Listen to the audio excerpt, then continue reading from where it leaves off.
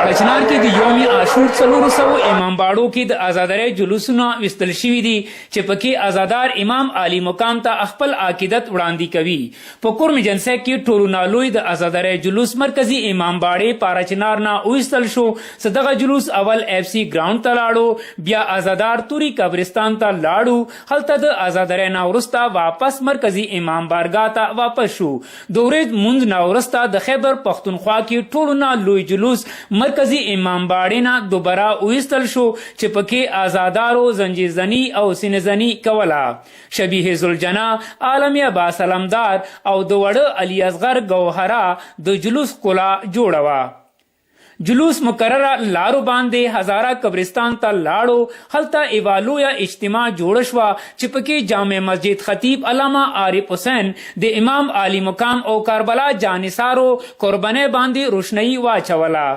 د آزادارو لپاره ایجنسی سرجن ایجنسی هیډ کوارټر اسپتال انصار الحسین خیدری بلډ بینک چنار بلډ بینک سیول ډیفنس ځای په ځای میډیکل کیمپ ایمبولانس سرویس او سبیل لګولی وو چې پکې آزادارو ته ټول سهولتونه موجود وو رحمان بھائی پرچنار کوم زنجیر زندي څخه غوي تعداد ډیر زیات وي هغه پر انتظامیه کوم خپل انتظامات کوي هغه نه علاوه لوکل کوم تنظیمونه ټرسټونه هغه کوم خپل انتظامات کوي د کی مو خپل حصہ چولې دوی باقاعده مو ډاکټر سره میټینګ کوي دوی فرست ایډ لپاره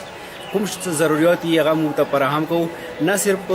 مرکزی جلوس سره باندې بلکې ایمو لاس ځای پر مې کی کومه مین امبرګاه دي هغه کې د میډیکل سہولیات ور کولو دوینه سیو امبولانس ما ور کړی دي هغه زنجیر و موسرا خپل پاسدار اور رضاکار اور سرا موٹردشن تقریباً 2-2.5 ہزار کسان دی اغال نوستی لوے کرم لوی داز بنانا نوستی موٹول تلشی کو انشاءاللہ موسا یو کڑکای نه دی پاتے ساغا کوم ځای کې یو کڑکای راوځي حالتي موسړای نوسته تلشی کیږي زو او انشاءالله مو انتظامیه او سکیورټي فورسز څوره اقدامات کړي دي عوام دوی سره شانه بشانه ده او انشاءالله مو دوی هغه اقداماتونه بالکل مطمئن یو د جلوسونو حفاظت لپاره لیوی اف سی پاک پوز قومي رضاکار هم سخت انتظامات کړي وو مقامی انتظامی پاړچنار ښار ته داخلیدونکو آزادارو تلو او بتلو لپاره شټل سرویس نه علاوه زخمیانو لپاره بهترین طبي امداد بندوبست هم کړي